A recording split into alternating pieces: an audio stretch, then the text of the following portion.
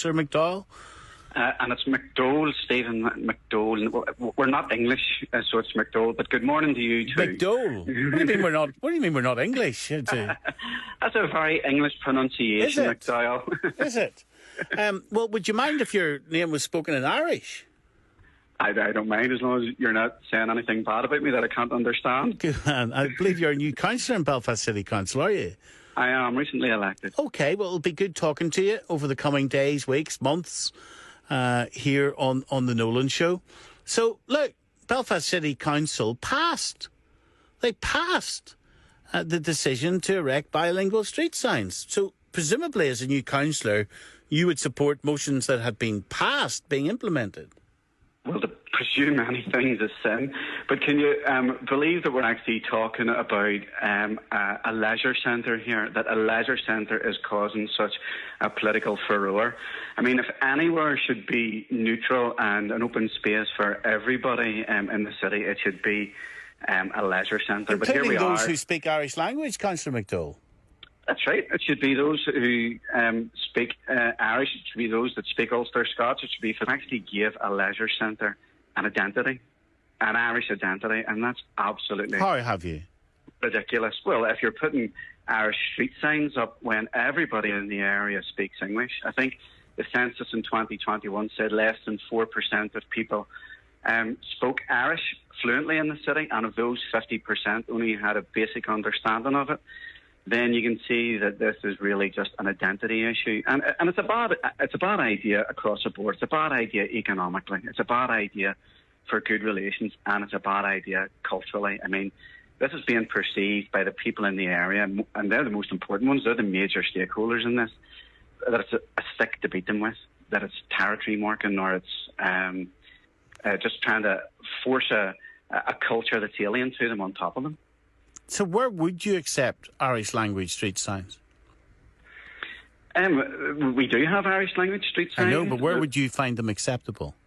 Well, I would accept them proportionally to the interest in them. I would not accept them as part of a civic budget, if that's what you're talking about. So I don't think council should be paying for Irish language street signs. I think that economically it's a bad idea. I think there are far more important things that we can spend our money on. I listened to Jerry Carroll there a few minutes ago, and it reminded me of a saying about socialism, that it was making everyone equally poor since 1917, when you've just got a budget and you just blow it on all these luxury items.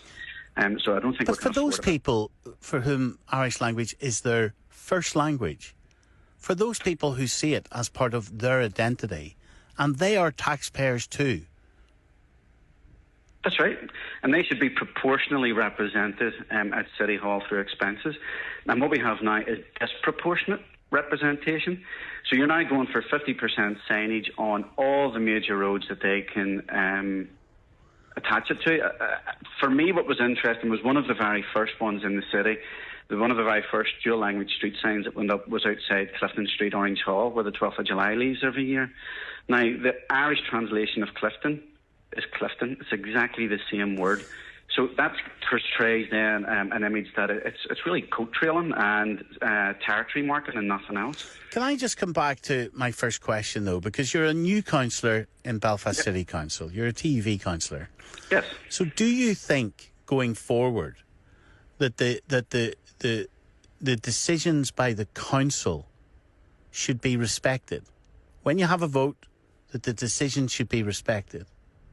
No, because that's democracy. You're there to give your democratic opinion. Now, I'm a lone TUV voice in City Hall, and that's democracy. So I can challenge the system, and that's what the people who voted for me... But after you challenge it, when there's a vote, do you think the vote should be respected and the decision implemented, or not? Well, that's democracy, so the answer to that has to be yes. Democracy is the final arbiter, and we see Irish street signs everywhere, and I'm not out physically taking them down. So if the answer is yes, though, the council voted to erect these signs inside the leisure centre. Yep. The name outside the leisure centre and the directional signage inside the leisure centre. So if you're going to respect the vote, you would argue that these signs should be put up. Well, there's mechanisms there for me to resist that as well, and one of them is the call-in.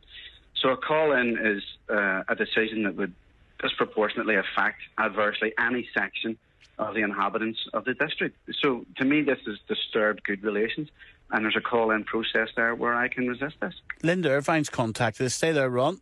Yep. Morning, Linda. Morning, Stephen. Thanks for calling in. What do you make of this? No.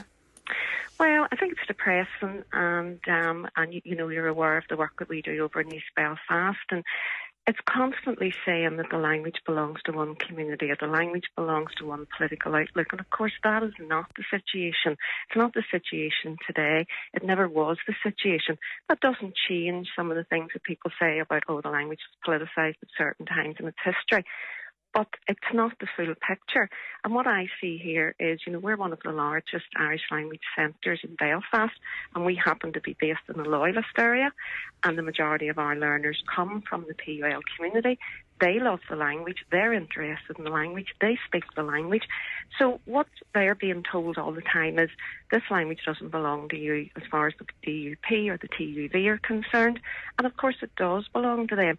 And I just feel, we can take the heat out of this situation. We can create a situation where the language is no longer a controversial thing, not by forcing it on people, not by forcing people to speak it. In fact, you can't force people to speak a language anyway.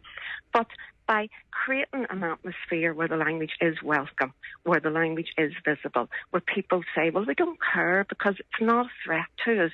And I think if there was more education about the shared nature of the language went from here, went over to Scotland, went to the Isle of Man, part of the family of Celtic languages spoken throughout the British Isles, lots of Celtic place names in England. So for me, the language is something that unites us as a group of islands. It says we have these familial ties to each other. And, sometimes it's hard work trying to, give people a broader sense of the language, because all they know is Chucky Arla. And, as somebody from the Unionist community, Chucky Arla is not going to sell the language to me, but there's an awful lot more to it than that. Let me let Ron respond to you. Well, she said quite a lot there, and one of the things she says is that the language unites us. But given the fact that we're having this conversation, obviously it doesn't. But what I would say is there is a shared heritage, and I'm not against the language. I can take you to the Belfast Orange Hall, where I'm a trustee, and show you the Reverend Rutledge Kane, who's the head of the Orange Order. He was a founding member of the Belfast Gaelic League, founding member of the Dublin Gaelic League, signed his name O'Cahan, worried about the demise of the Irish language. And I'm not going to make political enemies by attacking the language. I was talking to a chap a couple of days ago who said when the curry me yoghurt comment was made, it drove him to vote for Sinn Féin for the first time ever because his daughter had been learning the language. But what I'm talking about is an abuse of the language, an over-expenditure on the language, and an unproportional interest in putting it in the areas. And I think Linda touched on it there, and I agree with her 100%, not pushing it where it's not welcome. And I think that's the key in this. Journalist